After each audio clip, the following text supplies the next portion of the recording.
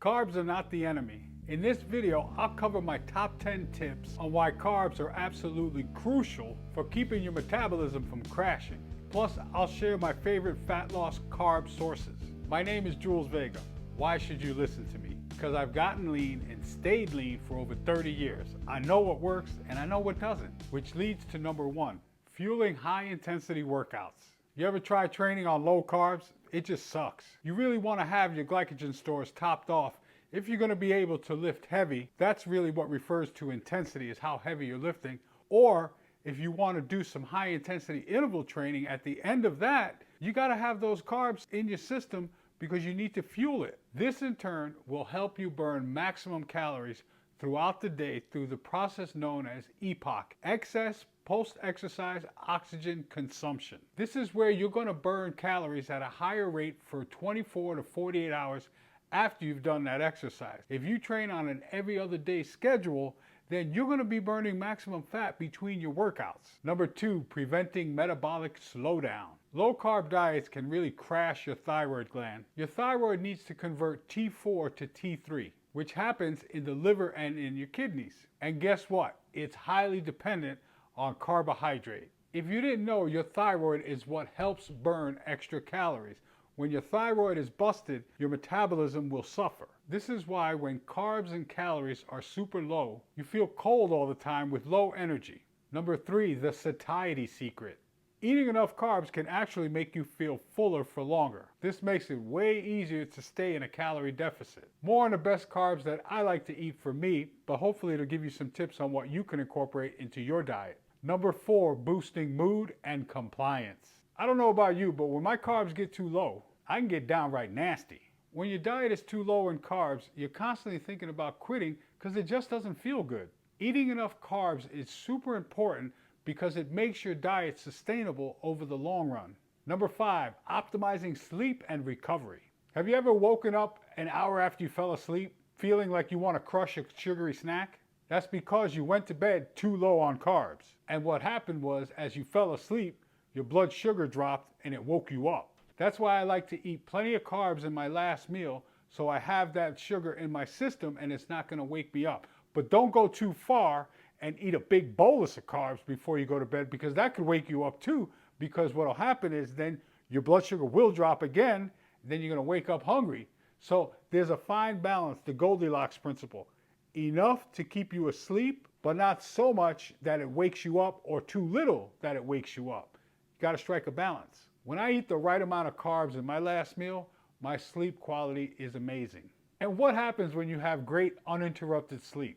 Two things. Number one, you're not eating, so you're burning calories throughout the night. And your hormones are resetting, ghrelin and leptin, which are key in the fat burning process. We're halfway there. These next 5 tips are just as important. Stay with me. Number 6, the cortisol connection. Extremely low carb diets put you in a fight or flight situation. This is going to elevate the stress hormone cortisol. And when cortisol is constantly high, your body will redirect fat from other areas and send it to the visceral fat for accumulation.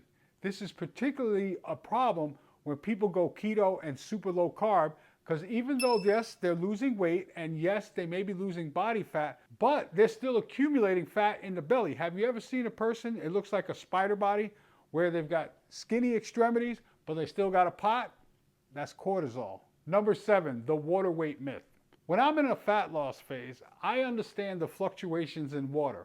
So I'll weigh myself on Monday, and usually with training and being in a calorie deficit, by Friday, Saturday, I'm going to be down, 3, maybe 4 pounds. But I know that that's not fat loss. That's just water weight going away, and which is fine. Now, when I weigh myself on Monday, I want to see that that starting weight is down 0.5 to maybe 1 pound. I just monitor the weekly averages because it goes up, it goes down. That's why I don't let the daily fluctuations bother me at all, because I know it's part of the process. Number 8, timing carbs for results. This one can get tricky because during the week, I work out in the evening, say 8:30 at night. So I've already had 3 meals at least before I get to the gym. So I've got a full complement of carbohydrates and protein in the system, and I feel strong and I feel great.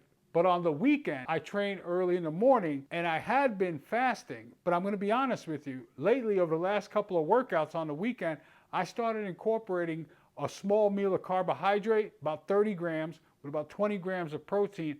And I tell you what, it made all the difference. I felt a lot stronger, and I felt like I had more endurance. So yeah, push comes to shove, if you can't eat before an early morning workout, that's fine. But then post-workout is crucial. So if I didn't eat any carbs before, after the workout, I'm going to go anywhere from 50 to 60 grams of carbs post-workout meal. If you're a bigger guy, you could probably go up to 80 or 100 grams of carbs. It just matters on your body size. But those are the two key times, because you want fuel so you get an intense workout, and then after you want that fuel in the system so that you can recover. And also carbs are crucial. If you're taking creatine along with protein after your post-workout meal, you want carbs because they're going to draw those nutrients into the cell along with that water. Very important. Number 9, carbs are not the enemy, but calories are. The way I handle carbs in a fat loss phase is I don't see how low I can go on carbs. That's not the way to do it.